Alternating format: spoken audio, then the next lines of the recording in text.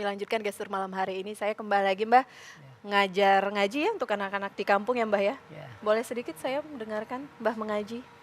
Silakan Mbah. tadi. Iya. Assalamualaikum warahmatullahi wabarakatuh. Waalaikumsalam warahmatullahi wabarakatuh. A'udzu billahi minasyaitonir rajim.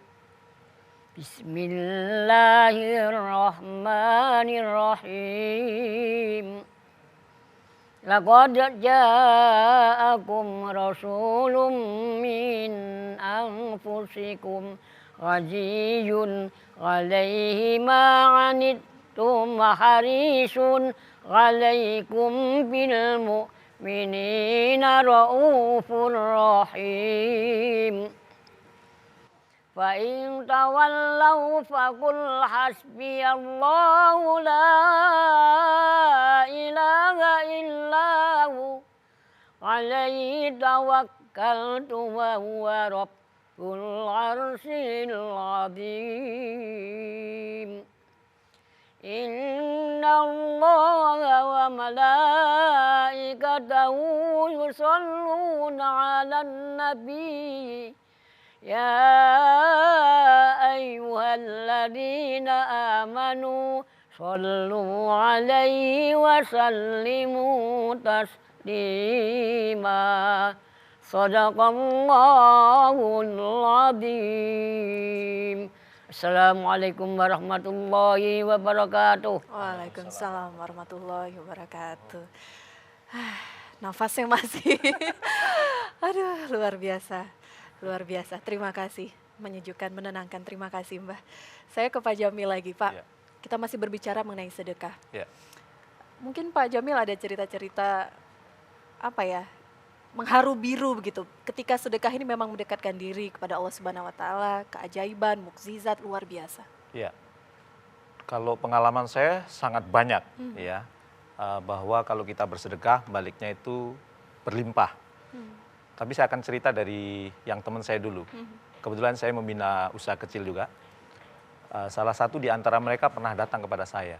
Dan kemudian, Mas ya, bisnis saya ini kalau disuntik sedikit, untungnya naik nih.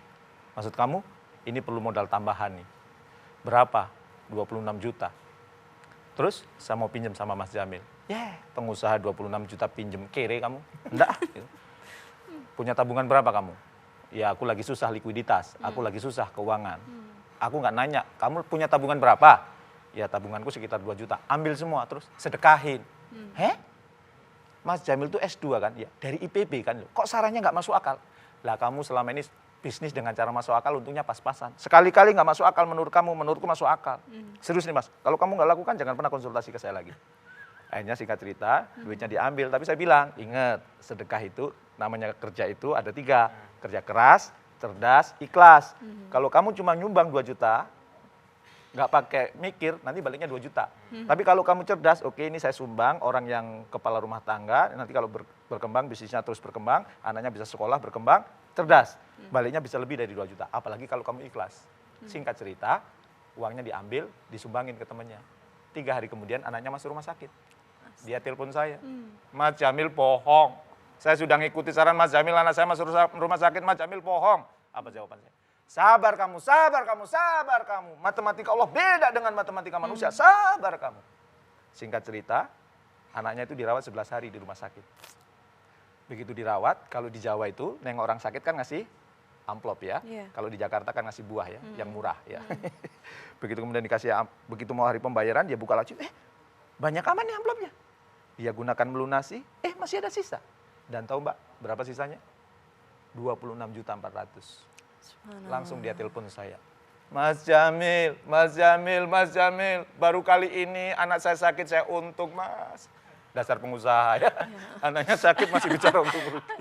Tapi saya perlunya 26 juta Mas, kenapa ini dapatnya 26.400.000 Mas? Apa jawaban saya?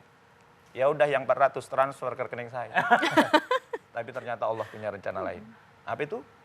Yang jemput dia, mobilnya mogok. Dan dia harus sewa mobil lagi. Dan tahu Mbak Elvira berapa sewa mobilnya? 400.000 rupiah. Ya, makanya nggak usah khawatir. Kalau kita nyumbang pasti balik. Dari arah yang tidak diduga-duga. Saya tahun 2001 pernah punya 11 perusahaan, bangkrut 12. Hebat ya, punya 11 bangkrut 12. Karena ada teman saya yang tugasnya nyuplai ke perusahaan saya, dia tidak nyuplai ke perusahaan lain. Ya, begitu perusahaan saya tutup, dia ikut tutup. Mobil dijual, rumah dijual, tanah dijual, utangnya banyak. Pakai logika manusia itu sampai 7 turunan nggak lunas. Tapi kata guru saya, kamu harus sering berbuat baik kepada orang. Kalau kamu orang yang baik itu bersedekah saat lapang maupun saat sempit.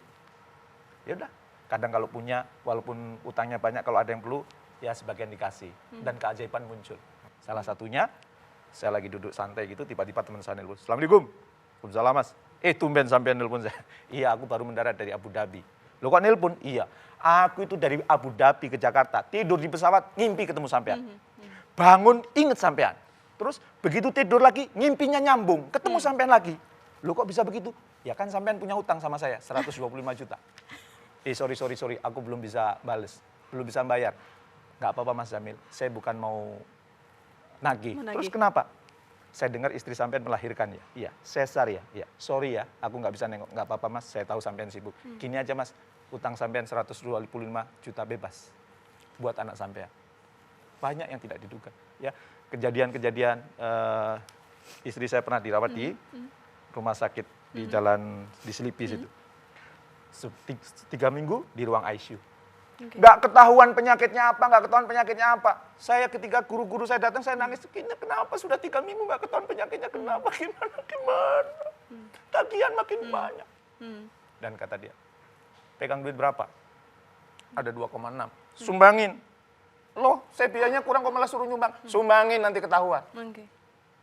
Dan akhirnya ada, kebetulan sama-sama di ruang ICU itu, ada yang keluarga miskin juga, anaknya kena bagian ginjal gitu. Dia nangis, dan hari itu dia harus bayar 2,8. Dia cuma punya 200.000. Bayar. Dan kemudian saya dipanggil dokter. Pak Jamil, hari ini saya minta izin. Kenapa? Ibu akan kami ganti obat. Dokter, selama ini saya gonta-ganti obat, dokter nggak pernah minta izin saya. Kenapa yang diminta izin? Karena yang ini mahal Pak Jamil. Berapa dok? Sekali suntik 12 juta. Sehari berapa kali suntik? 3 kali. Akhirnya saya nangis, berdoa. Saya bilang, dokter, 36 juta bagi saya itu mahal dok. Sembuhkan penyakit istri saya dok, temukan penyakit istri saya dok. Pak Jamil, kami sudah berusaha, kami sudah minta bantuan Cipto. Nggak bisa juga. Minta bantuan banyak lab, nggak juga. Akhirnya, dok, saya ingin berdoa lagi. Ya. Dan kemudian saya berdoa untuk ditemukan. Apalagi kemudian saya tambah, ya Allah, bukankah aku tadi juga sudah menolong orang lain? Tolong ya Allah, bukankah engkau berjanji kalau kita menolong orang akan ditolong? Dan begitu selesai berdoa, saya langsung dipanggil ke ruangan dokter, langsung disalami. Selamat Pak Jamil, kan penyakit istri Bapak dapat kami ketahui. Apa dok? Infeksi pankreas. Langsung ketahui. Terima kasih dok, terima kasih. Itu cerita-cerita yang luar biasa yang kalau kita hitung-hitungan matematika di dunia ini nggak mungkin. Tidak sampai begitu. Tidak sampai. Ini hitung-hitungan juga sama saya tadi berbicara dengan Mbah. Penghasilan Mbah mungkin sekitar 800.000 ya Mbah ya, sebulan ya Mbah ya. Dari hasil mengaji, membantu orang-orang, tetangga. Tapi sudah berhasil naik haji tahun 2005. Ceritanya gimana waktu itu Mbah? Alhamdulillah. Ya, kalau niat kaji terus ada orang dengar. Baik kok mal kaji, terus disumbang. Masih 6 juta, 5 juta, 4 juta, semangkat langsung. Radio jubir, radio Allah nih. Oke. Dan sumbangan itu kemudian akhirnya Mbah bisa memiliki uang dan langsung berangkat. Lama nggak nunggu berangkat hajinya Mbah? Ya ada 5 bulan Mbah. 5 bulan? Ya. Tidak bertahun-tahun? Ya. Kan kalau sekarang orang kalau mau naik haji tuh nunggunya lama tuh Mbah. Lunas Antri mangkat. dulu. 2005 kan lunas mangkat. Alhamdulillah. Tahunnya mangkat aja iso meneh. Ini nggak beda jauh dengan saya. luar Kalau biasa. Mbah kan 2005. 2005. Saya berangkat 2006. Itu juga saya nggak ngeluarin 1 rupiah pun.